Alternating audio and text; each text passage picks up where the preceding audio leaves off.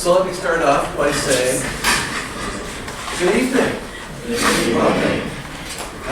great to see you all.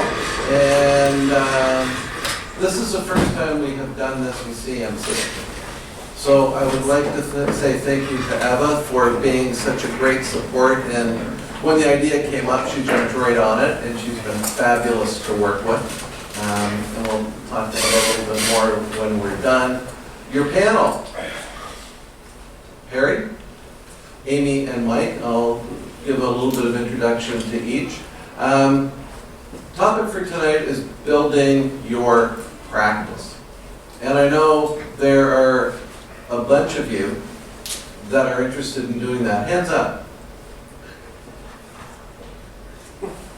Okay.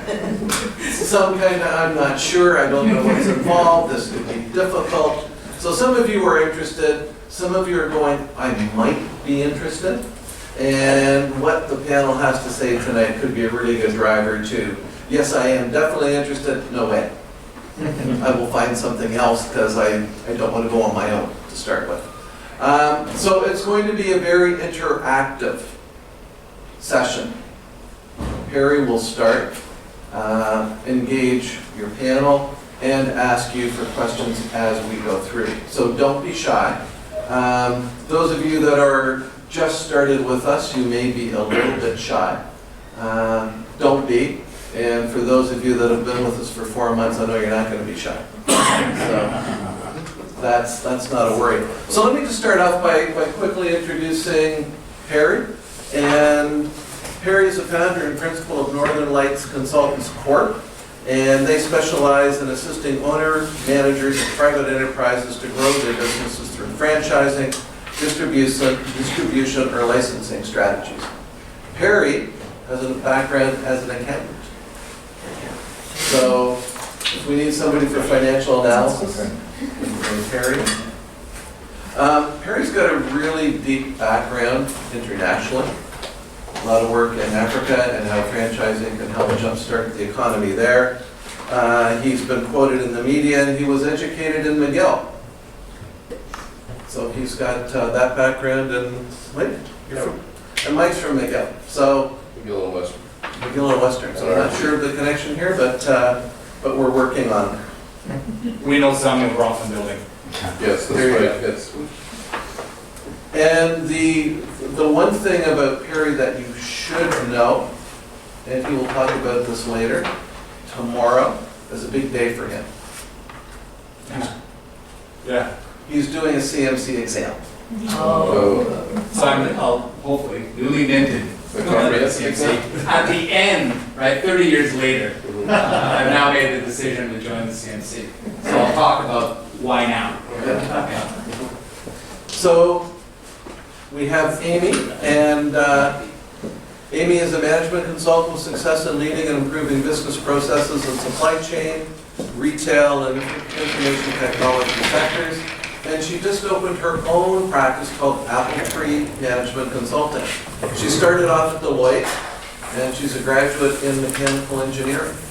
So for those of you that have that kind of an engineering background and where you came from, feel free to ask Amy, how did you do it? Why did you do it? She's worked as an internal consultant at Hudson's Bay, and most recently she was an analyst at Walmart. Her mandate is to achieve strong business solutions for the customer, internal and external stakeholders, and project sponsors for increased efficiency, engagement, and profitability. I got my CMC in 1997, so I'm the reverse. I did at the beginning of the career. There you go. And last but not least, Mike Kennedy. He's a management consultant specializing in issues relating to strategy, marketing, communications, and human resources development. And he's done a lot of strategic marketing and spent a lot of time with communications. He spent the first several years of his business career with General Motors and Volkswagen Canada, and then later as Director of Communications for the National Center for Management and Research Development. In practice since 1991, Mike has worked extensively with clients in private, public, and para-public sectors. The interesting thing, and you may want to ask Mike about this later, founder of an organization called Leaders in Management Education. And you might want to talk about that a little bit. So you've got three very diverse backgrounds, all doing what you've expressed an interest in doing, which is consulting. So give them a really good listen. Do not be afraid to ask questions. Afterwards, there is going to be a time to network, to meet and greet, and make sure that if you don't get to speak to everybody, you look at LinkedIn and you start to make those connections and build your network, because this is the beginning of a networking journey for some of you. For some of you, how do I add to what I've already done? But this is a great opportunity to figure out how you're going to grow within the profession, whether you're doing it with an organization or on your own. And with that, Mike, that's all yours. Perry, jeez. See, people I'm the say, other Mike. so how do you get to your FCMC? And I said, it's really because I'm old. And that just proved Thanks, Mark. So, I'm rather flattered, to be honest with you, to be asked to speak to you guys. I'm at that stage in my life. I turned 62 recently. I've been doing this for a long time. I left Deloitte in 91, started my practice in 98. So I'm at that stage in my life where I like to kind of give back and mentor and so on and so forth. It's been a fantastic, albeit challenging at times, but it's been a fantastic journey. Sent me all over the world. Met a lot of good friends. And, as they go as clients, become colleagues, become friends. So it's been a lot of fun. So a lot of great stories to share. My approach this afternoon or this evening, can we kill the lights if you don't mind? Yeah, I was just going to ask you to blink that down. Just so we can get the resolution on the slides. I only put together a few slides just as talking points. My approach, as Mark suggested, is highly interactive. There'll be talking points. I'm going to share my own anecdotes, my own personal experiences, and I'm going to kick it over to Amy. Amy, what do you think? Mike, what's been your experience? And I'm going to pull Mark in as well, because he's been doing this as well. Each one has a journey. There's patterns and there's similarities. There's areas to compare and contrast. My approach, my journey has been quite different. As you heard Mark share, that I'm actually going through the CMC certification process tomorrow. Why now? So that begs the question, and I'm happy to share that with you. So without any further ado, let me just jump into this. Good. First, what's really important, I deal with this in my area of practice all the time. The area that I work in is very, very niche, very below the radar. When I talk to my colleagues at Deloitte and so on, they say, "You do what? You make a living from this?" Like they're shocked. And yet, I raised a family, paid off my mortgage. I led a very comfortable life. I enjoy scotch, smoke the occasional cigar. I enjoy my life, okay, and it's been a good life. So points of differentiation. I cringe how many times I hear someone say, "Oh, I'm a consultant," when they just got a golden handshake from some big box corporation, and they're in between gigs. What they really are doing is looking for another job. So they're kind of out there networking, and they call themselves a consultant because they don't want to refer themselves as unemployed. And there's a big difference. Some of my colleagues from public accounting who go out there and they try and do consulting work, and they get calls from their clients because they're not happy. Well, there's a lot more to it, as I see so many times in so-called professional development programs or lectures, where these hotshots stand up and they're pontificating from on high. They're talking heads. Well, in my experience, I think, or my view, nothing is substantiated, nothing is proven. And I think that's really important about a true consultant. There is depth to what we do. We can support our recommendation based on facts. The academics would refer to it as empirical evidence. But we need to have more than just "because I said so." And when you hear that, and you will hear it a lot, people say, "Well, because that's what I think, that's what I believe." Just 2 weeks ago, I was working with a fellow, past tense, because I'm not working with him anymore, I asked him to do an analysis, competitive analysis in terms of certain market segments. And he took a lot of time to do a really nice 3-page executive summary of just total conjecture. Well, I believe the competitive analysis is 3, it's this, it's that. No evidence, no data, nothing to support it, but it's an executive summary. And he sent me a bill for it.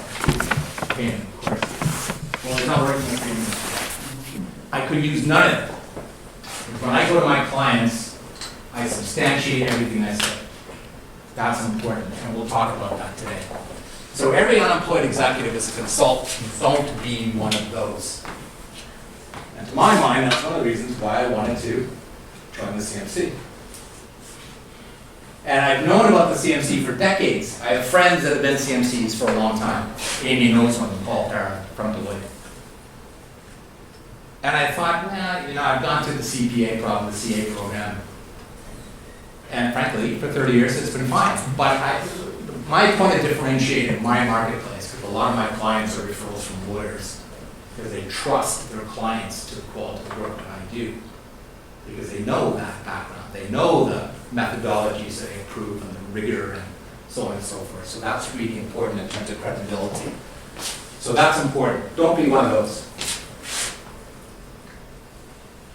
Backgrounds and context. Mark has shared my background. I've shared a little bit more. We'll keep talking about that because it's very, very relevant because each of you have a completely different background. You're bringing different things to the table. Your points of differentiation, not only between each other, but in terms of all the unemployed executives out there and everybody else that's out there, that will be important. I'll let Amy go first in terms of your background and context and your journey, more so than what Mark has already shared with us. Loved consulting, love the fact that you're getting in there, you're helping someone solve a problem, you're coming up with a value-added solution. So that was my favorite part of consulting. Hard part of consulting, travel. So when I left Deloitte, it was because I was engaged, wanted little kids, can't do that from Kentucky when my husband's here. And that's where my project was when I made the decision to leave Deloitte. And so for me, coming back is a lot of, I can travel again. My kids are now in high school, they've got Presto cards. I've decided, my husband's agreed that he'll feed them if I'm not here. So we're in good shape there. Practical consideration. Practical consideration. So I've always loved, and I was very, very, very blessed to find a role at Hudson's Bay that let me do internal consulting. Because I've always wanted to add that value. I want to come to work every day, feel like we're making it better. So my background's always been, and all my education's around how do you find more tools and put your toolbox to make life better for where you're at. It might be as simple as, a sign that you see, if you put this sign up, people are all going to find it a lot easier to make their way through the building. It might be really complex, like a full brand analysis of Hudson's Bay to figure out which brands to kill when they all look like the same on the floor. So it can be a big stretch, it can be a lot of different work. I agree entirely with what you say though. Data has led me, processes led me, and projects. So keeping true to what you're trying to accomplish. It is not a flash in the pan, just get something done. Just because you said it so does not make it so. And so it's been a fun journey, but I'm looking forward to getting back into it from a actual true consulting side, not from an internal consulting. Mike. Okay, well, if we could back up to your first slide. I particularly like this because 30 years ago I was an unemployed executive. And at that, and if any of you were, I don't know how many of you were living in Canada at that time, but in the early 90s, Canada was in a very deep recession. And it was a very difficult environment to be looking for work. And gradually I came to the realization that what I needed to do was go out and create opportunities on my own. So what happened was I started out with a project that built upon my previous background, and that went successfully, and I continued prospecting and networking, and eventually one thing led to another. And here I am 30 years later, still doing this. Still unemployed, technically unemployed, if you wish, or self-employed, or basically I now think of myself as being an entrepreneurial consultant in a MOBA. And what I would encourage all of you to think about doing is think about yourself as being a mobile package of skills. Mm-hmm. And the challenge, I think, that you're gonna find if you wanna go out and build your own consulting practice, is to constantly look at how can you direct those skills towards opportunities? How can you go out and create opportunity? How can you see opportunity that other people don't see? How can you redirect your skills? How can you create new opportunities to add value? And how can you basically use your abilities and your skills and your knowledge and your network to deliver and add real value for whoever it is you're working for? Because at the end of the day, in my view, that's what consulting is all about.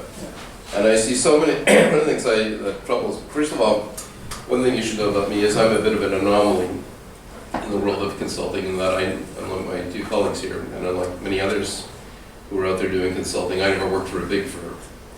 I never had that experience. I've always either been entirely on my own or in teams, very small teams of colleagues.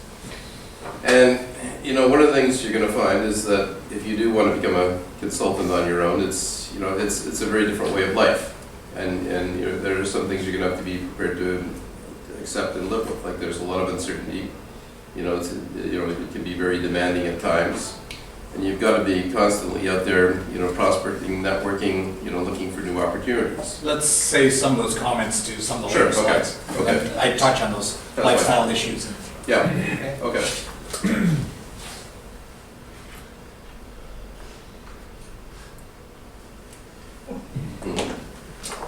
I learned this a long time ago. Public accounting, law, all the professions, and consulting, of course, any service type business, they're really tight. I was told there takes 3 types of personalities or partners to make a firm work. Finders, grinders, and minders. A finder is someone who's good at interacting, bringing in clients, bringing in the deals, et cetera, et cetera. A grinder is someone who's technically strong, usually has 0 personality. In the accounting world, we call them the green visor bean counter type. They memorize the Income Tax Act chapter and verse, but no personality to speak of. And the minder is the guy who makes sure the staff show up, the chargeables are done, the payables are paid, the receivables are collected. They mind the shop. And they're different skill sets. Usually, finders and minders, from a personality point of view, go together because it's heavy reliance on interpersonal skills. Grinders have none, or very little. And this stuff can be tracked through psychometric profiles and so on. Why is this important? Because you need to know these saithon, as the Greeks will say. We need to understand ourselves. And quite frankly, as a bean counter, I had to learn sales skills. And I learned it from a guy that sold insurance. Asked for the sale 5 times, close, what's your closing point, overcoming objections, all of the Xerox sales training stuff. I had to learn it and understand it, and as God is my witness, it works, it's true, and I use it all the time. Okay, so when I go into a client meeting, I listen, we'll get to one of my slides about me selling. I spend all the beginning part of a client meeting listening and asking questions and taking notes. Because really what I am, what we all are solutions providers. Mike, you made a comment about, what was it, something about your network of people and resources and Yes, so on? yeah. Mhm. I would add to that we are a Rolodex. A role that I play in my world, because remember I'm dealing with owner-managed businesses that are educators or restaurateurs or landscape people or whatever their retail business is. And we're implementing a brand new strategy. They're no longer retailers selling a product or service to consumers. They're now really, as a franchisor, you're a management consultant, teaching how to do that business, operate that business profitably, sustainably, to total strangers. It's a paradigm shift. It's a completely, talking about change management, which is a buzzword. I live in a world where that's really true. I call it the fisherman's paradox. You got 1 foot on the boat and 1 foot on the dock, and the boat is leaving the dock. They're leaving the retail business behind, and now they're becoming management consultants teaching others. And it's a tough transition to make.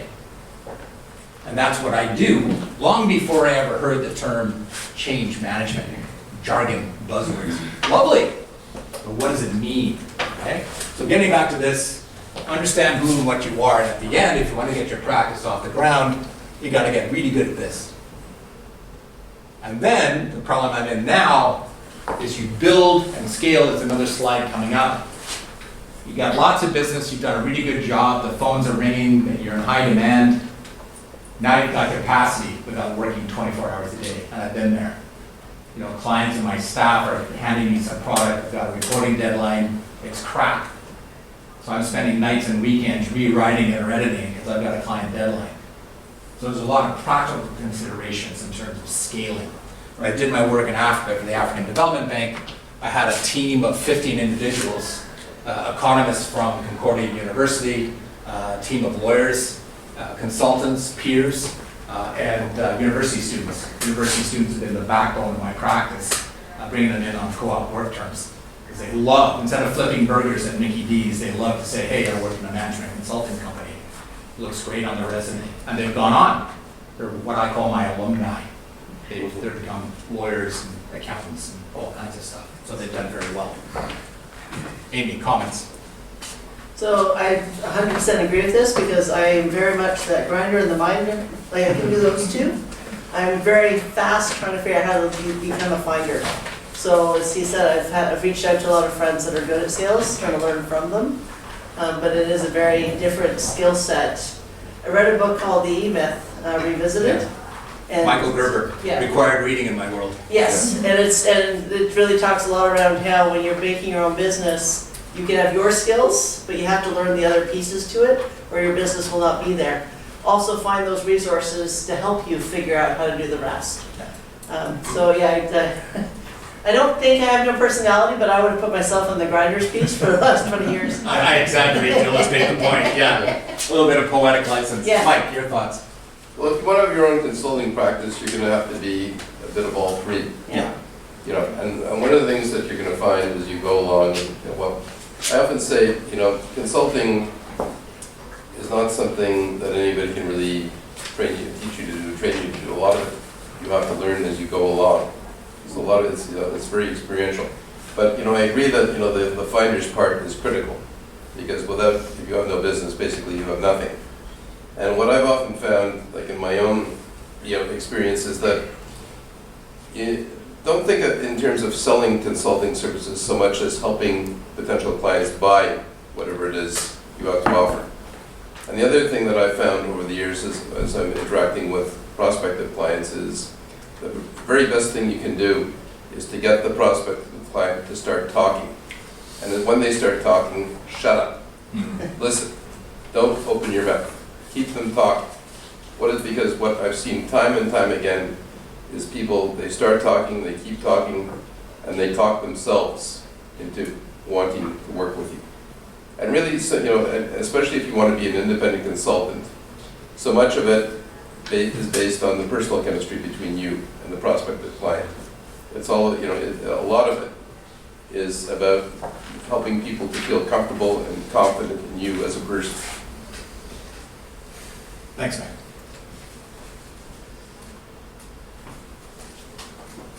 At the end, these are sort of the points that I found have been powerful in terms of the success of my own practice. First, I can state, and I've been internationally acknowledged as an expert in my field. And I say that, in all humility, and being a Canadian, I always kind of, self-deprecating and everything the Canadians are known for. But I've accepted it. I'm at the top of the food chain in my field.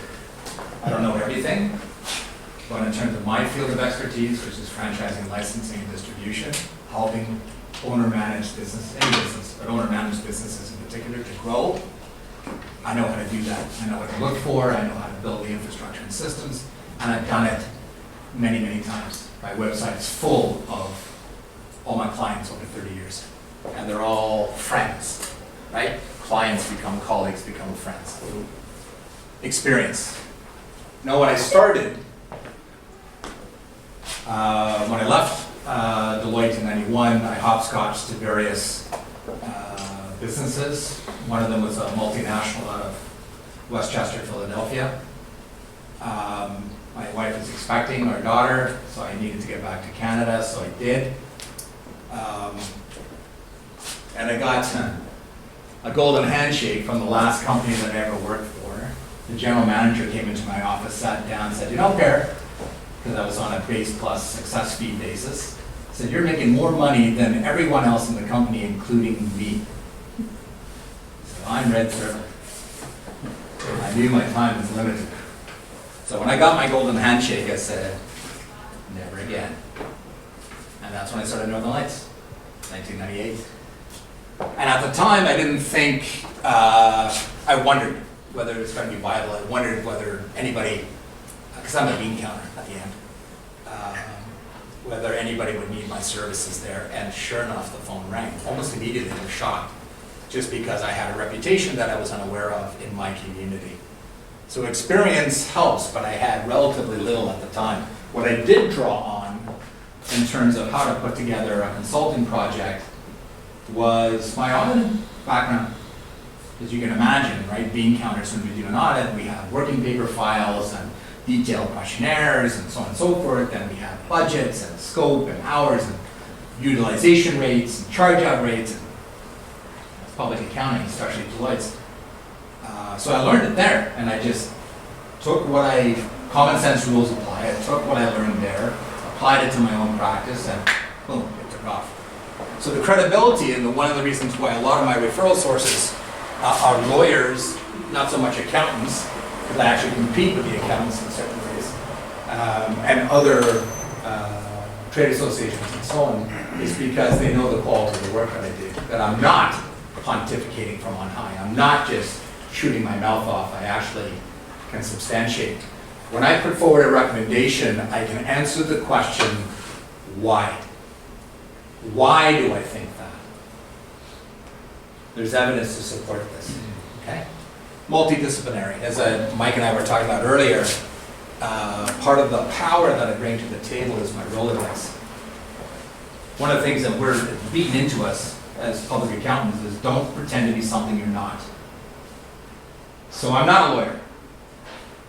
And in fact, I don't sign audited financial statements. I don't do that anymore. But I do know enough about how that's done, and I have been accused of practicing law without a license, because you can't work in my area without being totally inundated and immersed in the legal issues, contractual relationships between franchisors and franchisees. You have to be an idiot not to acquire some familiarity with the field. But I'm not a lawyer, but I do know people that I think are full of horse hockey, and other people that are very, very good at what they do. So my Rolodex is powerful. I have people that I can call or introduce them to, and I always give them a list of 3. Because of course we need to be objective, right? We have to have arm's length in my profession. When I say my profession, because I'm not a CMC yet, it's accounting, we have to be independent in appearance as well as in fact. Funnily enough, it's the same ethics as the CMC. So that's important, in appearance as well as in fact. So I go bend over backwards to make sure that there's no conflict of interest, or nobody thinks always getting a kickback, or some sort of under the table thing. I'm squirrely, okay? And you need to be too. So multidisciplinary is that Rolodex. Mike, something to add to that? Well, yes, I think that that's critical. One of the pieces of advice I would offer to everybody is that if you want to build a consulting practice, you've got to be prepared to network relentlessly. And not everybody likes doing that. Not everybody feels comfortable doing it. But it's a skill that is developed in practice and trial and error. But it's critically important. But let me drill down on this term. I hear it a lot, networking. And one of the concerns I have with the use of that word is that it lacks clarity and definition. And what I mean by that is, just because I come here tonight, and I'm meeting a bunch of wonderful people, that I've met some colleagues here, Mark, and so on, one could argue that this is networking, and in fact it is. But to my mind, the Xerox sales method is, yeah, but how is getting a lunch date with my now old friend Amy Okay, how is this gonna turn into a business opportunity with Amy? And believe me when I tell you, I'm thinking about that now, okay? That's the power of networking. Yeah. It's not about, Benjamin Franklin said, never mistake motion for action. Where are we going with this? How do we quantify, that's my accounting background, quantify that this was effective, that this was worth my time and energy? Okay, and I gotta tell you, when we're networking afterwards, as I just mentioned to this fine gentleman here, I wanna pursue that conversation. I wanna find out more about what you do. Why? Because I'm thinking about how can I use this talent and ability in one of my projects. I'm signing an engagement letter tomorrow with a new client. I need capacity to get that done. Okay? That's what you've got to be thinking about. So all the networks and the colleagues and stuff that you're making here, file it away that this guy's got a specialization in this, you have specialization in that. So as we're going around, we're meeting with clients, we're going to hear issues, we're going to hear problems or challenges that they have. How can we help them make money? Because that's where we bring value to the table. Change management, strategic planning, lovely, lovely concepts. At the end, can you make me go or not? Bottom line, guys, and that's accounting language, bottom line. I got into accounting because I was very entrepreneurial when I was young. But all these ideas look great. I didn't have the skill set to quantify between a good idea and a bad one, because they all look good to me. I was too entrepreneurial. So accounting gave me the tools to rip something down to its basic numbers and say, yeah, better ROI on that, lower break-even point on this, higher margins on the other, so I could differentiate and say, good, better, best.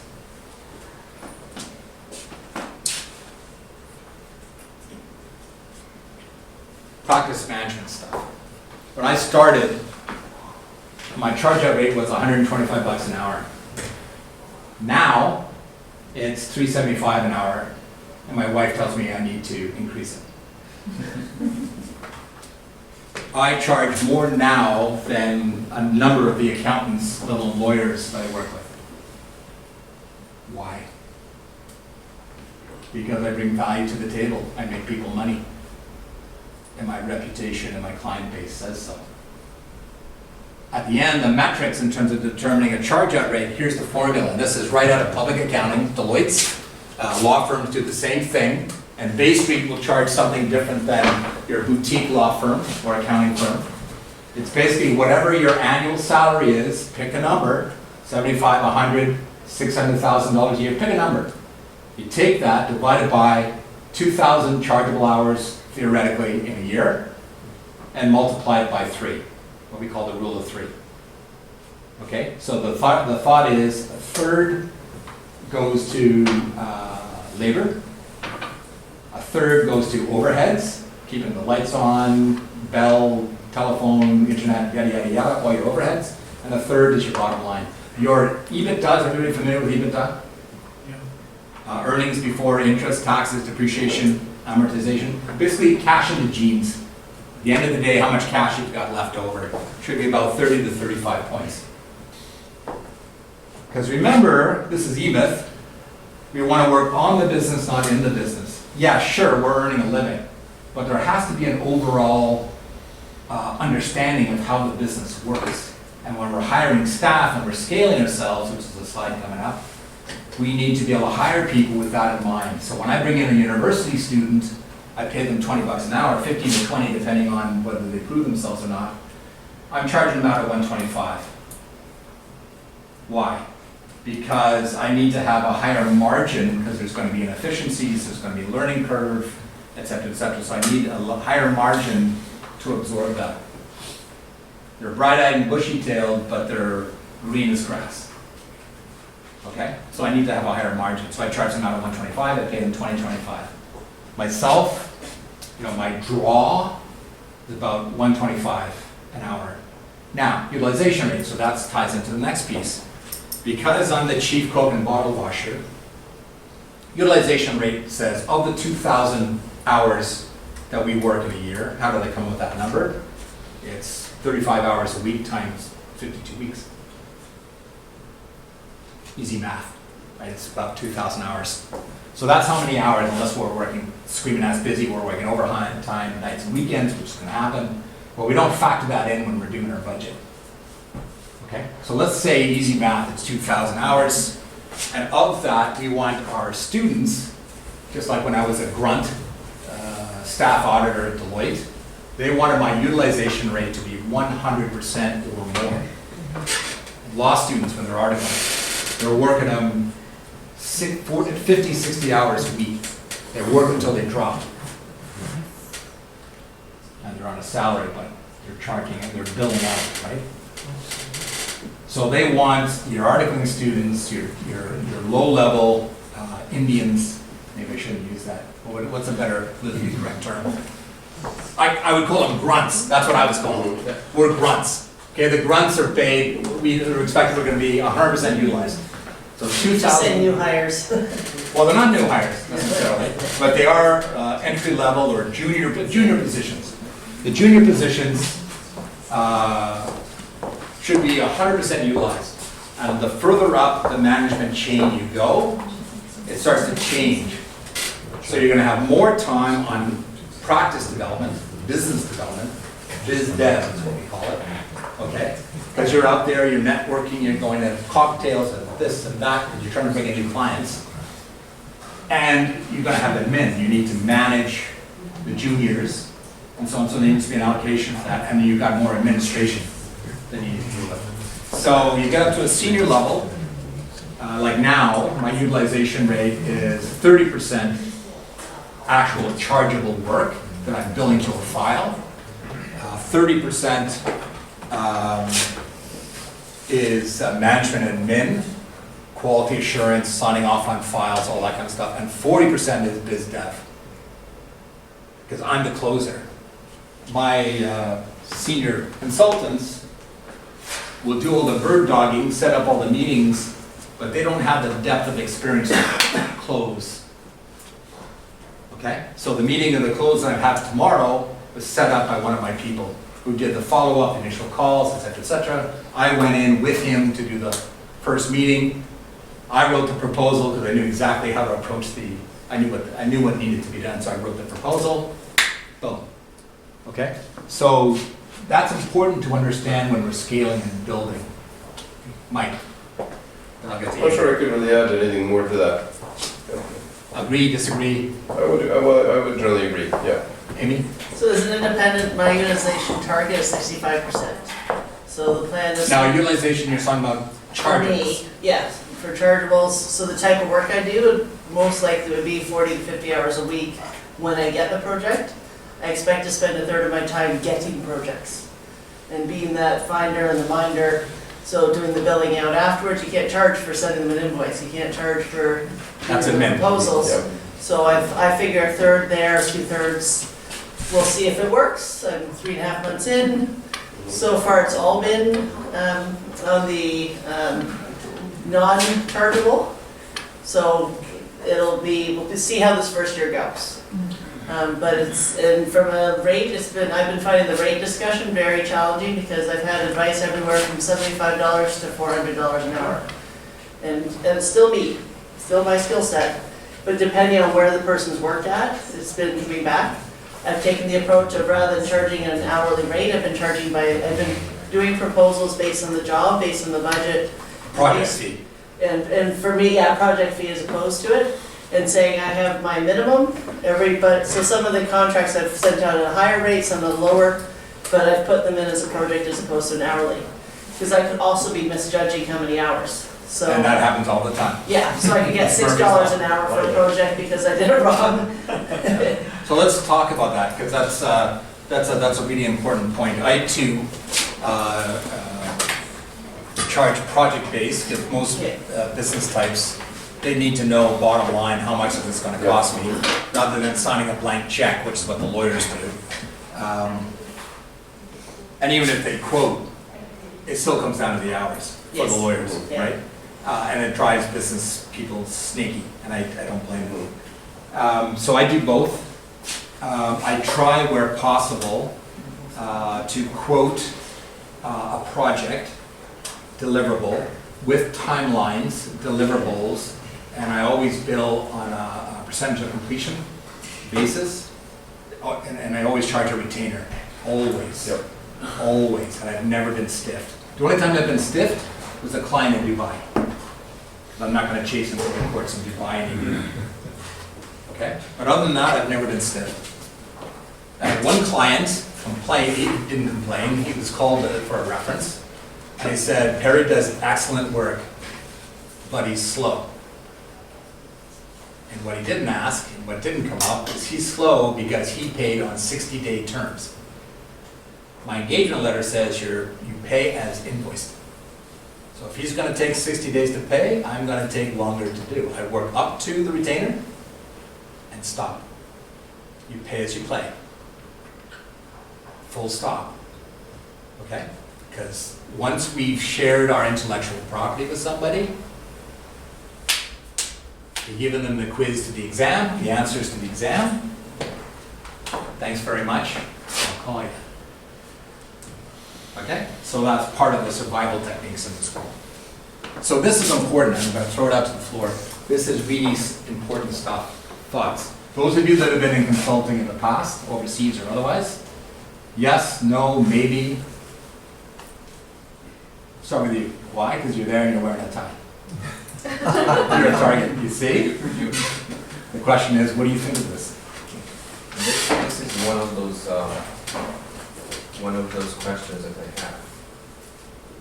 How to rate yourself and your fees, and how to when you get into the contract, how to format it. And did we touch on any of that? Did you get answers to those questions? Yes, Or it not was a really? little bit fast for me. Okay. So there are different ways you approach. So Is there, when Mike, did you, anything about what I said that you disagreed with? Amy? So to your point, in different ways, there are a lot of different ways. Yep. So I've put in proposals now, multiple different techniques. I especially agree though with the time box it, scope box it. So you don't end up with this overarching forevermore contract. And the other advice I've gotten is make my contract simpler, so I now keep to a 2-page rule, Yeah. including all the legal pieces. That was Ooh. tricky for me. My first one was a lot longer. So we'll have another lawyer review it, make sure. I think what it comes down to basically is what you feel comfortable and what the client feels comfortable. Yeah. You know, how can you make it work for both of you? And you know, that's fair. You know, my grandfather used to say, actually it was my father who said this, people do business with people they trust, That's right. right? They look at the whites of your eyes, they have a chat with Mike, yeah, I might not understand it all, but I trust Mike, he knows what he's doing, he knows it, so I This I'll person put knows myself what he's in. talking about, what he or she is talking about. Yeah, the credibility. And they will deliver. doesn't it Please. sorry, does it based on the client is the first time, or you have done the work with them before? No, we're talking total This is strangers the approach that lawyers do, is what going by the retainer. we should all do it. Accountants do it too, especially when they're a brand. Always, always, always, even with the client that stiffed me in Dubai was an existing client. I did a project, then I hadn't heard from him for a number of years. There was a big meltdown in Dubai, then he contacted me afterwards. I said, look, I'm an existing client, trust me. So I waived the retainer. Okay? Never again. Always, always, always. Mhm. Good paper makes good friends. Yeah. Okay? Other comments? Jason? If I weigh in on the pricing question? Yeah. So the temptation when you're new and when your customer or when your prospect is new is that it becomes a poker game a little bit, and that's what it feels like in your mind, because you have an idea of what you would like to charge. sort of, probably. Hopefully you have a high resolution idea of what you need to be paid to survive and keep the lights on. But then there's also the unknown number in the mind of the prospect. And the sooner you get on the same side of the table as them, and understand what their budget is, the better. And certainly I'm understand. not necessarily gonna tell you that. No, but I can give you a quick tactic for figuring that out if you like. But if you understand what the value of your solution will be to them, if you understand the economics of your proposal, for instance, if you're solving a problem for them, like Amy may be working on something for a big box store that's going to save them $250,000 in the next 6 months. So if you understand that, going in, you've done all of that legwork, then it's easier for you to say, oh, well, certainly an investment of what you have in mind makes sense because the return is very clear. And you can demonstrate, obviously you're going to want to demonstrate those numbers to them in a way that they can't argue with. And if you're just talking about budget at the beginning in the discovery process, you can ask them, the solution that you're looking for to this problem that you've expressed to me, do you have a budget between, and give them 3 ranges. One that's reasonable, one that's a little on the low side, and one that's ridiculous. And they will jump into whatever pot has the water that is the temperature that they like. They say, well, it's certainly not that. I will often say, if we keep this project under $5,000, is that something you'd be comfortable with? That's a good line. And they'll say, oh yes, if you keep it under $5,000, we're great. So just a couple of different strategies you really try. Yeah, I gotta move on, but Sure, I think that the whole thing about pricing and looking at the whites of a client, potential client's eyes, is a whole discussion. I'll never forget one of my first gigs was writing the operations manuals for IMAX theaters. And I put forward what I thought was a pretty hefty budget. It was only 6 months, it ended up to be a year-long project with field audits, at theaters all over North America. It was a huge project, great project. But they said, we knew you underbid. We knew it then. And they stroked a pen and they gave me another 20 grand on top of it. Just like that, and that's happened to me before. My whole approach to ops manuals, one of the first ones I did was for Jimmy the Greek. And I had never done one before, so the lawyer said, charge $5,000, that should be enough. Of course, he'd never done one either. He had no idea the amount of work it went in. A year later, Jimmy Antonopoulos calls me and says, where's my ops manual? I said, you know what, Jimmy? I totally underbid on this. It's not worth my time to finish it. I just as soon walk away. And that's part of the problem. When you're getting really busy, the low slagglers, you just kind of cut them loose. In my engagement letter say, either party can terminate with 2 weeks notice or whatever, easy in, easy out. Because you got to cover yourself. You're getting better. So there are self-corrective mechanisms. I don't want to get into a lot of detail, but there are techniques and there are ways of dealing with this. But it's one of the biggest issues we deal with is underbidding. That we're caught and we have a professional obligation to finish what we undertook. Well, we know we're losing money every hour we put on that project. So what's our recourse? So this is a really important topic, and by all means, we should pursue it further. When? I'm not sure. Project scope and methodology. So this is the bidding process, and this is the project management process. Project scope, what exactly is required, and we know better than the client does. Okay, how much that, so we need to explore that with clients. I did a strategic plan for a publicly traded entity. I had to fly down to their board of directors meeting in Dallas and yada, yada, yada. And I had a certain quote. I was dealing directly with the CEO of the company. And at one point in the analysis said, hey, Per, can you do a market analysis, bring it into the data and so on and so forth. And I said, well, the only thing, I'm limited to Google and other third-party, what's called secondary research, because the budget just can't afford it. And he understood, he was a good guy, and he understood that it's not within our scope. It wasn't one of the things that we said that we're gonna bring in terms of part of our methodology. So understanding what we do and how we do it also, of course, speaks to credibility because it comes from as logical, right? It kind of borrow from academia, you know, where professors put forward the empirical approach, you put forward a hypothesis or a theory, and then you put together a methodology to prove or disprove the theory. It's that kind of thinking. And what kind of evidence are we going to rely on and all that kind of good stuff. That's what I do. The bigger the project, the African Development Bank, I was working on a project in Abu Dhabi with a company called ADNOC, Abu Dhabi National Oil Company. The project had 126 gas stations in the Emirates, and they wanted to franchise that and move it into Saudi Arabia. It was a $1.5 million project. They were looking for a technical proposal. What are you going to do it? How are you going to do it? Scope, methodology, and a financial proposal with a breakdown of all the consultants, the charge out rates, who's going to do what, et cetera, et cetera. So the numbers as to how the deliverables are going to be done. Most of the time, unless it's a big box, publicly traded company, it won't be that elaborate. It's far more, this is a proposal. Sometimes it'll ask for timelines and deliverables, and that's fine. It's an Excel spreadsheet, easy enough to do. But it's your best guess in the beginning, and the more experience you have, you're gonna, no, this was actually a little bit more labor intensive, and I kind of burned my fingers on this one. Oh, this is good, et cetera, et cetera. So you're gonna learn and get better at it as you go. So when I said earlier about the proposal, one of my proposals, I put the whole methodology in there, gave a full page. Essentially, I gave them the recipe, found out they did it internally. Yeah.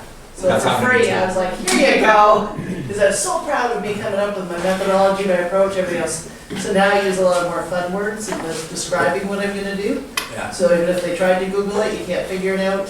But I think the key here yeah. is to manage expectations carefully. What we call the expectation gap. Yeah, to be very clear at the outset on their expectations and also on your expectations.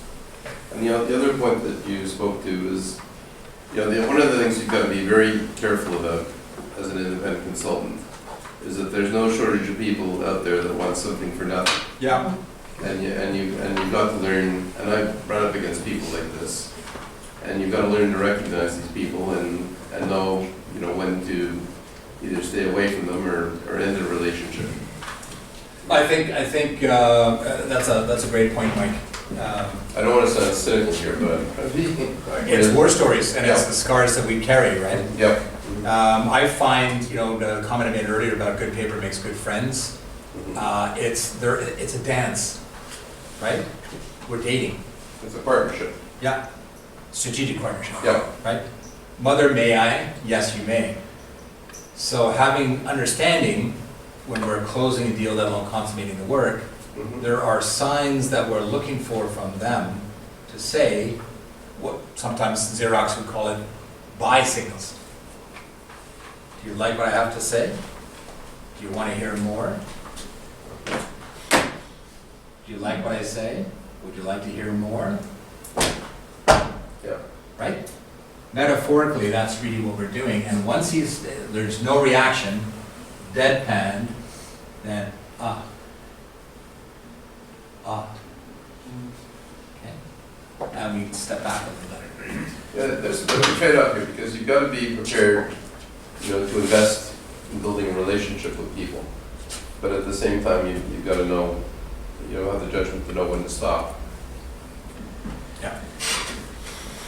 One of my mentors once said to me, they only pay us for our recommendations once. After that, we do what we're told. Right? Because they're always looking for a scapegoat. Say, well, Perry told me. Well, Amy said. Well, Mike's a hotshot. He knows everything, therefore. And I find in the corporate world, the big boss guys, all the bureaucrats, they're looking for someone to blame. So that's why it's important that we substantiate our recommendations. Timelines and deliverables. We know, for example, if I'm sitting down based on the scope and so on, I know what needs to be done. ceteris paribus, as the economists like to say, all things being equal, I know it's gonna take me 10 to 12 weeks to do a strat plan because it's got so many components. I gotta do this before I can do that, right? There's a sequence of work, and we're building a logical syllogism. Anybody know what that is? Logical syllogism? Who can give me an answer? Professors don't count. Anybody? Logical syllogism. Socrates was a man. All men are mortal. Therefore, Socrates is mortal. It's logic, right? Our conclusions are followed by critical assumptions. That's what we're doing, and that's how we're doing. So when we're doing our deliverables, we're building the case. And it always starts, in my world, it always starts with collecting data, information. And because I'm an accountant, I put a heavy reliance on 3 years of financials, normalizing the financials. I put them on an Excel spreadsheet. I take out all the food and fun accounts, the trip to Hawaii, the Mercedes-Benz, all that kind of stuff. Break down to EBITDA, cash in the jeans, to figure out what that is as a percentage, look at the investment, what's the return on investment. I need to see that the economic model works. The dog hunts. That speaks to viability. Okay, once I've got that done, then I can move on to inventory. How many, my world, franchise businesses can Toronto support Vancouver? And well, what does that mean? Well, in my case, I borrow from Statistics Canada. I use the concept of a census metropolitan area, third party. You can go on the internet and look it up. So I can actually do my data analysis based on third party objective criteria. Okay, so that's my, and then the deliverables in terms of building this up. Research phase is 1, done, complete. The deliverable is an outline. Client signs off, here's a bill, pay me, top up the retainer, move to step 2. So understanding that, because at the end, we've got bills to pay, we've got salaries to meet, we've got, right? So we got to keep the cash flow rolling. We got the retainer that gets it going, and then we have interim billings to top up our cash flow. And that's how we do it. And frankly, because one of the things I'm going to talk about later is in 2014, I joined a client that's been a client of mine since 2008. He made me an offer I couldn't refuse and went on as Senior Vice President, Chief Financial Officer. I stayed with him for 3.5 years, left, and then restarted my practice in 2017. Cold. And frankly, I'd been out of it for 3.5 years, so I didn't know whether I could resurrect my practice or what the reception would be. I was fortunate that the phone started to ring. As soon as I made the announcement, the phone started to ring immediately. I was gratified about that. And that's a point where we're going to be concluding on, getting the word out. So how have I built my practice? I write a lot. LinkedIn, trade journals. I write articles on areas that I know are of interest. Sometimes there are legal issues that I get involved with from an accounting point of view. It doesn't really matter, but I write a lot of articles on hot spots or issues in my field. Speaking, things like this, I do a lot of speaking. I've done speaking engagements all over the world, dozens and dozens and dozens. Why? The good, bad, or indifferent, you guys are getting an impression as to whether I know what I'm talking about or not. Is this guy all wet? Has he got any kind of substance to him? Does he speak sense? So that speaking works for me, and I do also, and a lot of it is professional development, speaking in certain areas and trade associations and others. Referrals, I mentioned earlier that forever, a lot of my referrals come from lawyers, they come from other suppliers, people that work in the franchise licensing and distribution area, and they know that Perry's the guy to go to talk about this. So, funnily enough, it's vertical. It's not my clients per se, it's vertical.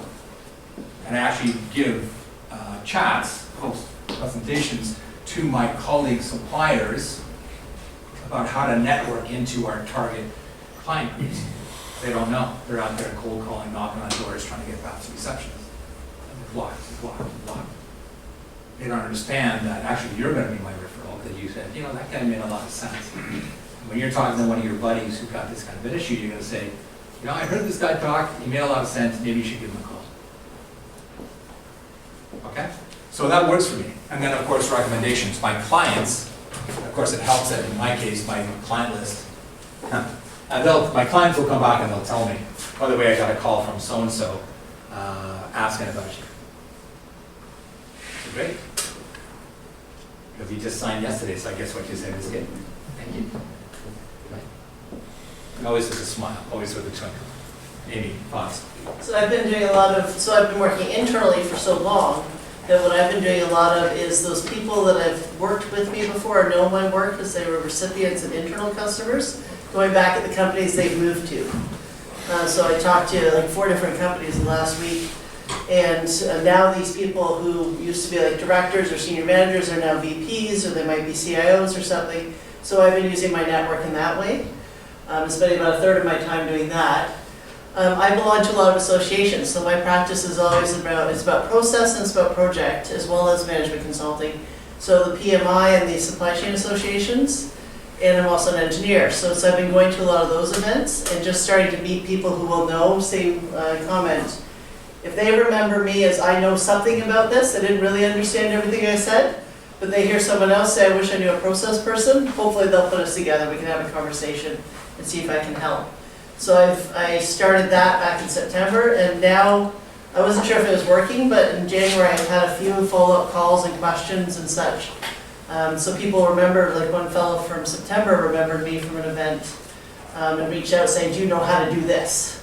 So it's been just getting out there and talking to people. Love the idea of doing more speaking, so we'll see if that comes my way. And then recommendations, I've got to get a couple projects under my belt. But What about old projects? What about old people you work with? Yeah, so that's like all the 20 years of projects. That's who is talking to me now, that I need to get some more I'm independent gonna give ones. her a recommendation. Yeah. But it's been, so, and this is advice, again, so I've been spending a lot of my time also talking to other CMCs and such, or people I know through the CMC, and how did you get started? Yep. And the biggest thing ever says power of 3, and you said it earlier, 3 clients, you will now start generating more recommendations. And they said the key rules, the golden rules, do not stiff them, so whatever you said you're gonna do it, even if it's $6 an hour that you're earning. So if you misquoted, you were gonna make sure that job gets done. You were going to deliver perfectly, you were gonna say what you said you're gonna do, and you are going to, that will generate that next recommendation. Yep. So it's that, Mike, get to the thoughts? 3. Well, I agree with everything you presented here. Like, for example, I do a lot of writing myself. I'm a published writer, and I've done a lot of writing. I've been writing for the Globe and Mail, the National Post, and a lot of other business media. And one of the things I would add to this is one of the things you're going to find is one of the things I very often say is that the most interesting projects can come up in the most unexpected ways. And there's like one real life example of that. 20 years ago, I remember I was out at the University of Manitoba doing a small project for their business school. I was actually writing an article about business school. And as part of this, the research, they asked me at one point to get on the phone and interview the Minister of Economic Development of Manitoba. So I phoned him up, we arranged an appointment, I phoned him up. We talked on the phone and had a very nice conversation back and forth.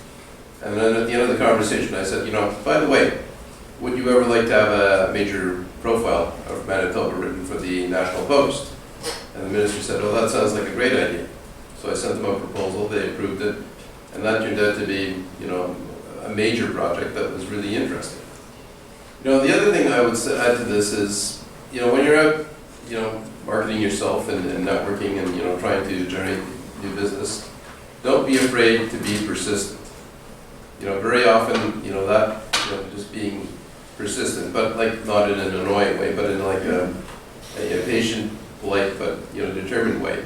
That can really pay off. And then the final thing I would add is that don't allow yourself to be discouraged by rejection, because you have to accept the fact that this is part of the game.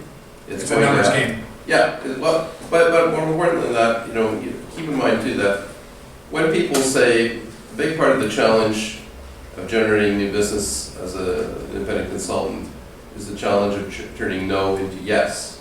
And what I mean by that is that, when people say no, no is a word that can actually mean a lot of things. It can mean, basically, no, we're not interested at all.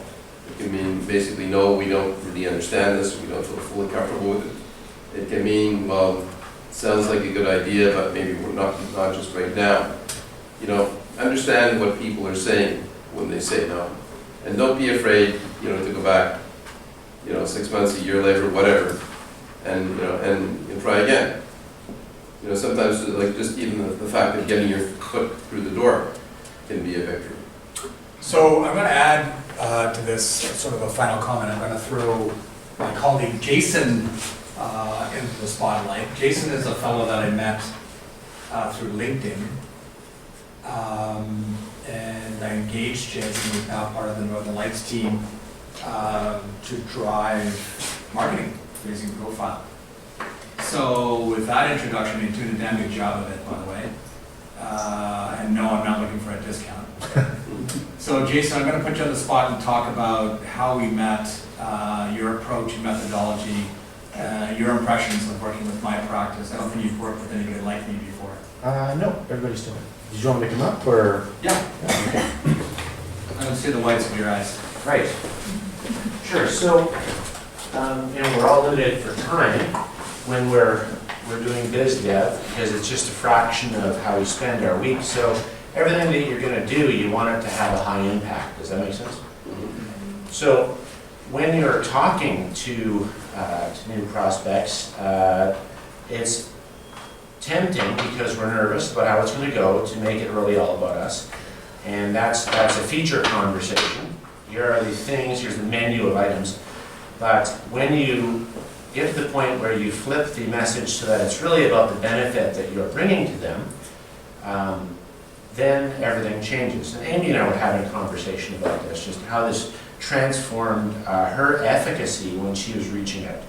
So in my LinkedIn outreach, what we've done is changed our wording, and this is how Harry and I met, to a very simple I help message in our in my headline, which is easy to change. And you can look at mine if you'd like. Grab my card on your way out and have a look at my LinkedIn account. But that's good. I think it's a decent model for an I help message, because it's not really about me at all. It's about the value I bring to a specific group. And what you want the reaction to be when someone sees your profile is, oh, that guy can bring a relevant benefit to someone very much like me. So you're trying to go from kind of a very broad thing. Can he help people like me? Once you clear that hurdle, can he help me? That's the conversation you have. And then what will that help look like? So you're kind of getting closer and closer to the solution, and then you're in a negotiation, which is probably a whole different presentation, isn't it? Yeah. So I reached out to Perry. I said we did a little connection. And this is the first time we've met. Right. Right? We just met tonight. Right. We've been working together for 2.5 months. How about that? Yeah. Yeah. And we just met tonight. So my methodology is, functionally, we reach out to, myself or my staff reaches out to 90 new connections every day. Sounds like a lot. It's about an hour and a half, right? So you should do that yourself for at least the first few weeks. If you end up getting an assistant to do it, that's cool. So talking about that, because I didn't have the time, Right. right? Shooting the bears, skinning them, which is one of the slides coming up. So don't just jump to an assistant, because you may be terrible at it, and you don't want to be terrible at it and be getting no results and then hand an assistant a process that doesn't work. Because you'll be mad at them and you should be mad at yourself. So make sure you're good at it and you're getting some results before you delegate it. That's rule one, and that's part of the Gerber system as well. You don't want to amplify your own ineptitude across the board. So we do this thing where we're reaching out, 95 connections. We're using the Sales Navigator on LinkedIn. And if you want, reach out to me and I can share our scripts with you, and you can kind of have a look at that and reason through why they might be working.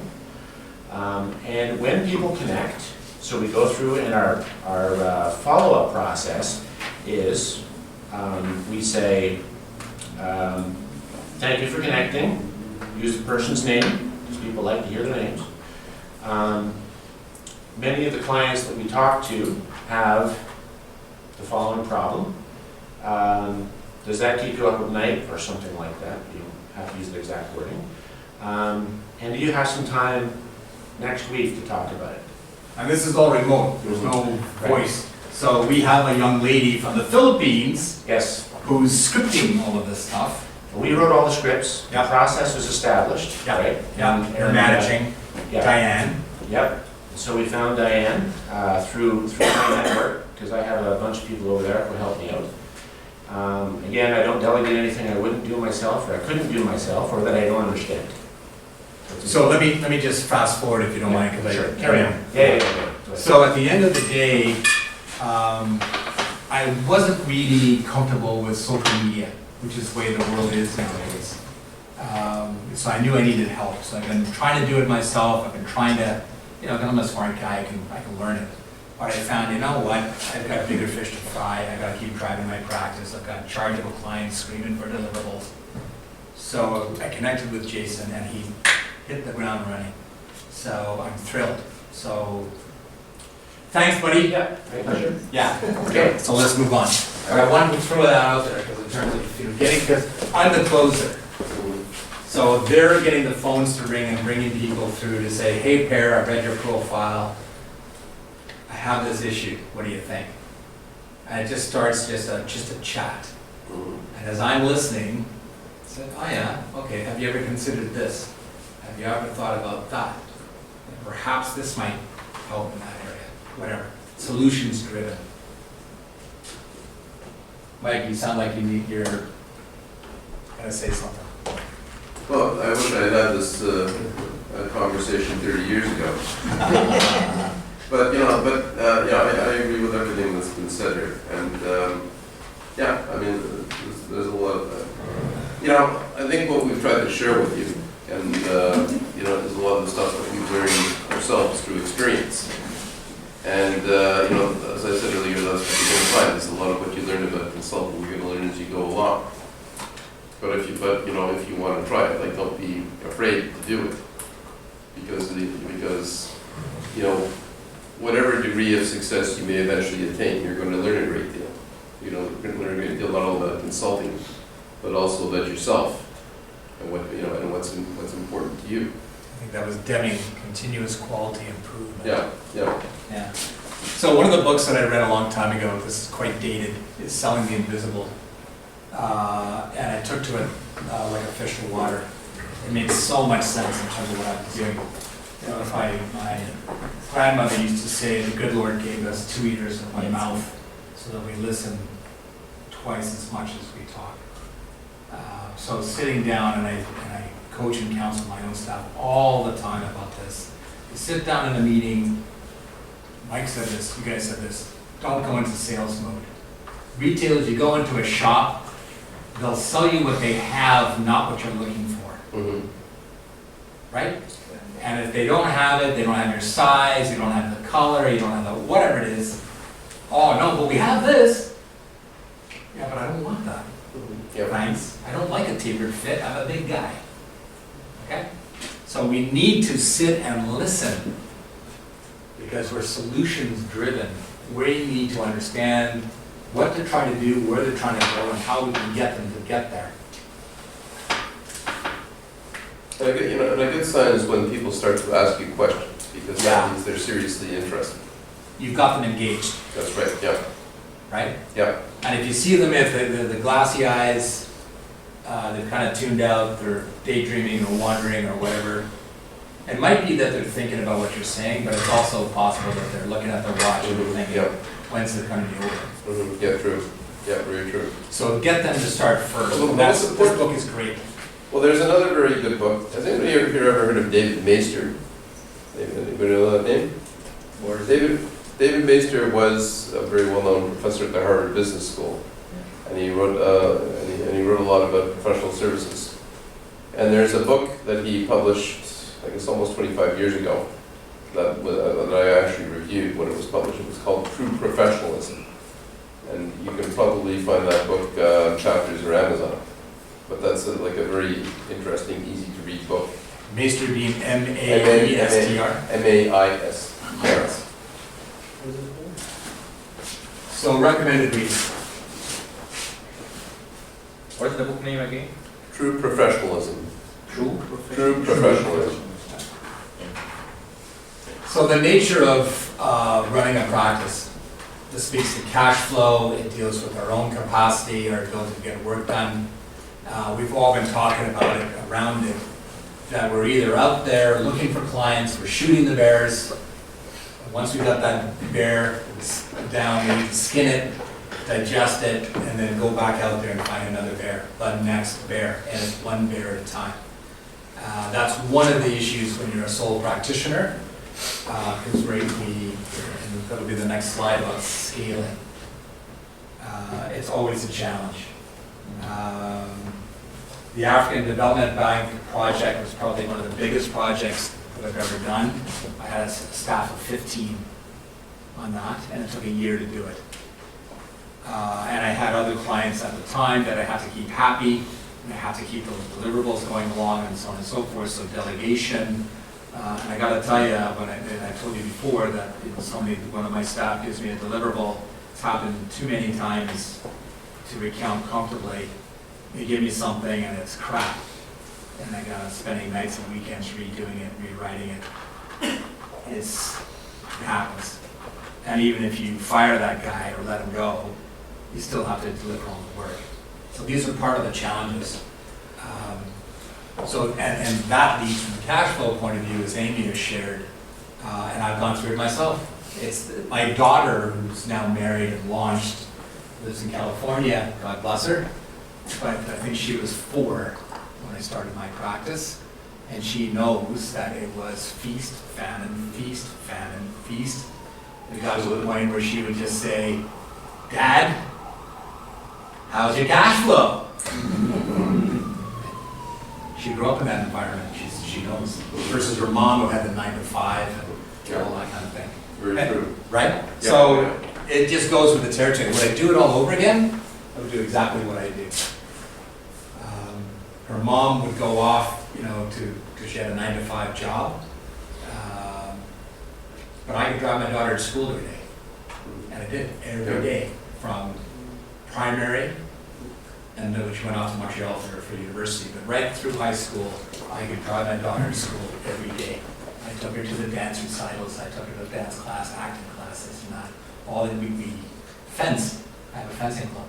We fenced together. I had a blast with my daughter because I had the flexibility that if I had something going on, I could book around it. And that's cool. Mhm. But that's just something you need to know.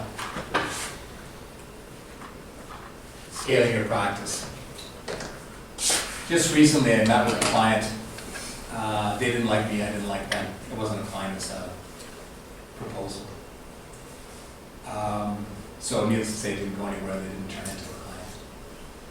But he kind of looks at me with a furry eyeball and he says, "Yeah, so how many staff have you got?" How many do you need? Because at the end of the day, if I need, how many people in this room? 30? If I need 30 people, tomorrow. Hello? You're looking for a gig? Want to talk about some work? Part-time or otherwise? What are you going to say? Yeah, I listen. Right? Right? And that's, at the end of the day, we all work virtual now. I used to have an office, pay rent every month, had a receptionist, yada, yada, yada, because I thought in a professional practice you need stature, I need marble foyers, I need this, I need that. It's credibility, it's image, it's nonsense, it's horse hockey. I now work from my study in my house. I have a virtual office if I need it. I book the office as I need it. It's $85 a month. It's a Regis, and CMC works from a Regis office, I understand too. That's where my certification exam is, in the Regis office. We're all virtual. And I've got staff all over the place. We tie in through Uber conference or Your exam's tomorrow? Pardon? Your exam is tomorrow? You said the exam is tomorrow? You're writing the exam tomorrow? Actually, it's an oral, it's a verbal Oh, thing. oh, good luck. Thanks. I'll buy you a drink when I But you know what, I hear that it's, I'm getting the impression that I've kind of already been expedited through. Is this the last part of the program? Yeah, Oh, okay. Good. I was gonna bring along examples of my work and methodologies, gonna, said, no, you don't need any of that. Mhm. Okay, Okay. so I don't know what to expect. But I'll let you know. I must confess that in all honesty, some of us had to write the comprehensive exam twice. And I was one of them. I won't tell you about my experience with the UFIs. Yeah, yeah. The But I'm gonna- UFIs are the uniform final exams, they don't have them anymore. But chartered accountancy, you have to go through a Yeah. 4-day exam, 4 hours, 4 days in a row. Mhm. Called the UFIs. I used to call it the quiz, the bookkeeper's quiz. So scaling your practice is important because you're going to get some traction. It's a snowball game, very Canadian metaphor. You start off the practice, and as you get some traction, then the word goes out, and you start getting some referrals. All of a sudden, and it'll happen like this, you're going to have more work than you can handle. So how do you scale it? So I brought in senior guys. I just told you about the experience where I sacked this guy who gave me something that was nonsense, it was crap. I had to let him go, politely. You're always professional, but I said, you know what? I can't justify the charge I rate that I'm paying you.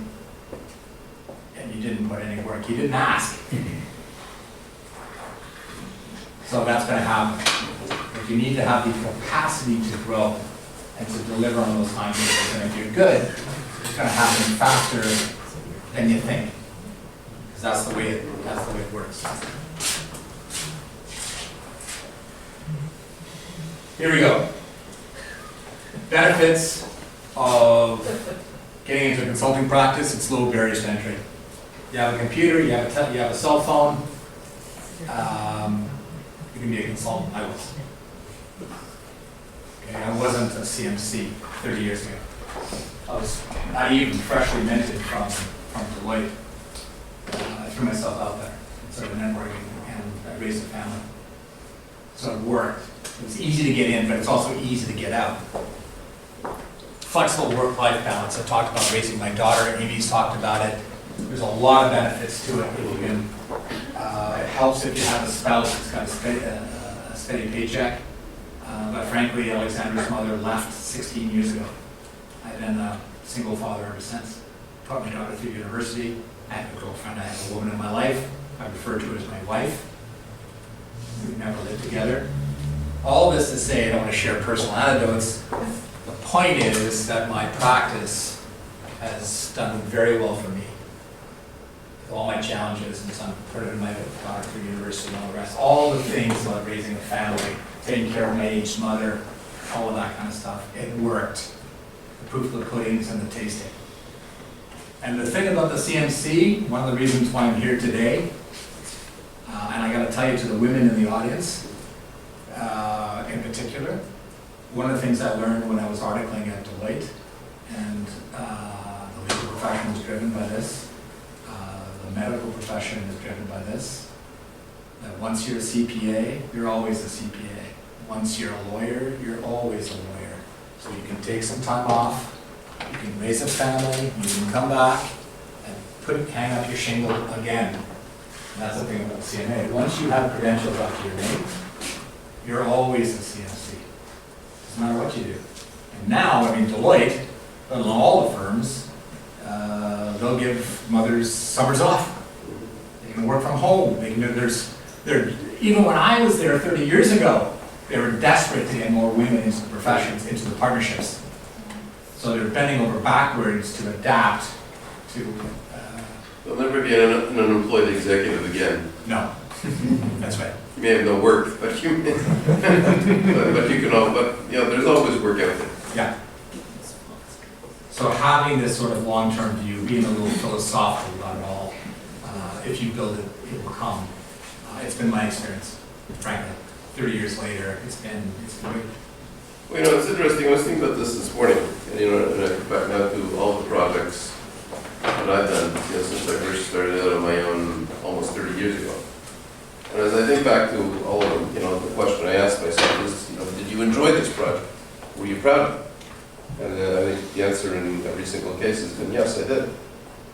And I see so many people out there that are, working in jobs where they have the illusion of job security, but they don't really enjoy what they do. They get frustrated by, and that's not to say that, being a consultant, you're not going to have to deal with frustration, because you will. But, one of the, I think, good things about being an independent consultant is if you're creative and resourceful and determined and willing to work, you can create your own opportunities and create your own future. And probably have a much more rewarding career than you likely would working for somebody else. Amy?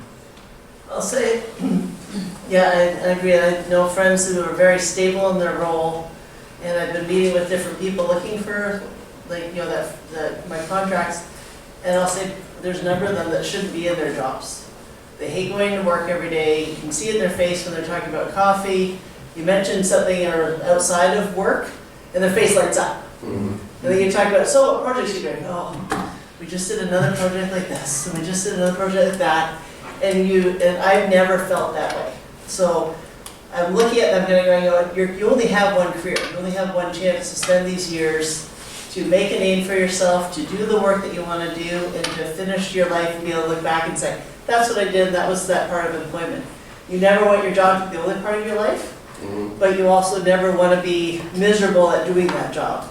You want to find things that you can get enthused about, Yeah. and that are meaningful. Yeah, and it's just and there's days that you come in, and I mean, it's the adage of, sometimes you have to come in and wash the floor, sometimes you have to come in and do Excel spreadsheets, because the VP you're working with doesn't remember how to do it. And you spend hours and hours doing something that it's boring, you don't really want to do it, but keep in mind, this is actually going to lead to that, which is going to lead to this project, so it's all worth it.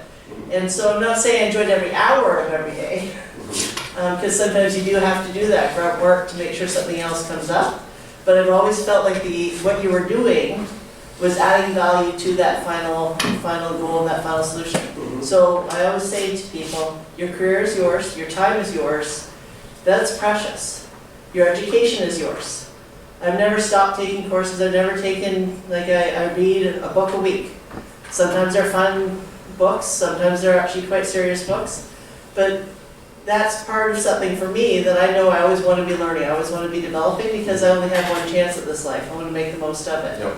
And so I was just saying the fun of doing consulting, to me, and this is where the lifestyle change, it gives you that opportunity. So you can go to a networking event, I'm going for work. I have a lot of friends tease me in December, I was going to every holiday event I got invited to, calling it networking. And I had a lot of fun. But it was all part of networking at the same time. It was fun. And so it was enjoyable to do. So I think the lifestyle, there's a lot of perks to it. There's a lot of long hours. There's a lot of frustration where you've spent a full day writing up something that didn't lead anywhere. But for every one of those, I think you also have that opportunity where you said, this I did. Nobody else could have done that for them. I really helped this person, or I helped that. And it's just... You're their best friend. Yeah, it's that balance, right? And you never know what's coming up next. So did you enjoy this presentation? That's the dream. Yeah, throwing it out. Did you guys get what you hoped to get? We turn the lights back on. I was the social. Yeah, go ahead. So, one of the things that really interests me is credibility. I think it's one of the milestones of any professional career. It's credibility. So you need the people to trust you, trust in your knowledge and your experience and your work. But to be honest, we all know that projects and consulting is not a fairy tale. There's a lot of problems out there, and we do fail because we're humans. So exactly. Sometimes we're right, sometimes we're wrong, and things. Sometimes there are projects that look very good and end in very bad situation. So failure, it's part of the work sometimes. But how do you manage those failing options, those failures that you have, in order to not affect or not letting them to affect your credibility with your clients? How do you manage that to keep your client engaged with your firm, even though you have had some failures with them in the past? How do you manage that? That's interesting. So the language he's using is interesting because you've had failures with that firm. Now, that tells me that you're looking at a long-term consulting gig with one particular company. Or whatever, Well, no, it's it could be, yeah, that's important. but it's good to have long-term relationships with clients, of course. Yeah, but it changes over time. Yeah. Because we're guns for hire, right? They hire us for a job, for a specific mandate. And then we go. They pay us, bye-bye. Unless, which happens in our world, they say, great strategic plan, love it, can you implement it? Amy and I had that conversation earlier. So then they offer you a job, and you have a position responsibility. You have to execute the plan that you create. That's fair. That's how I ended up joining the client. He was points in the game, fat salary, yada yada. He made it worth my while to give up my practice. Okay. But usually, my client, my laundry list of clients, I was hired to do a certain period of time. It might have lasted 3 months, 6 months, 3 years. But there's a beginning and an end. Yeah. Right? And then you go on to the other client. So, did some of them fail? Yeah, I can give you a laundry list of clients that failed for all kinds of different reasons. Not necessarily because of what I told them. Not to say they might try and blame me for it. It also depends on how you define failure. Yeah. Yeah. And I've had clients that have come back to me afterwards and said, you know, I should have done what you told me to do. Well, this comes back to the point we made earlier about, managing expectations Yeah. very carefully. And they only pay you for your recommendation once. Yes. And data-driven decisions.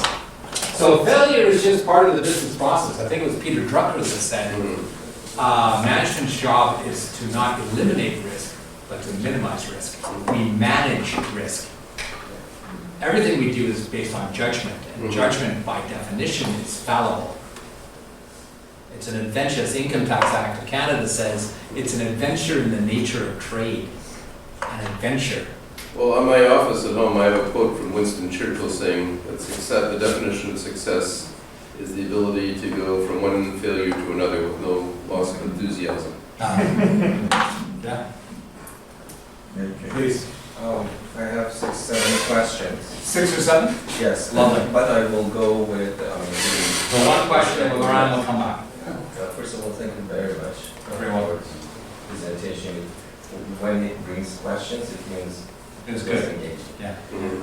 The first question is, you work for different clients, and you definitely have to maintain privacy, confidentiality. Yeah. Critical. Sometimes you work for Coca-Cola, and then next client might be Pepsi. How do you keep the balance of these? That's a huge issue. Or your client does not hire you because you have worked for Coca-Cola. And you know what, the lawyers dance with this all the time. They have a different approach to it than I do. The short answer is, when in doubt, disclose. So you go to, if your existing client is Coca-Cola and then Pepsi calls you, go to Coca-Cola and say, look, I got a call from so-and-so at Pepsi, they want me to do this. Do you have any concerns about that? Public accounting firms, because they're Deloitte, they're so huge, they have a lot of competitors. They'll put it with different partners in different offices. We don't have that luxury. So there's this. Well, if you become a CMC or even if you join CAMC as a regular member, you're gonna, like, one of the things you have to be prepared to commit to is a code of conduct. Yeah. And one of the stipulations of that is that you avoid putting yourself in a conflict of interest situation.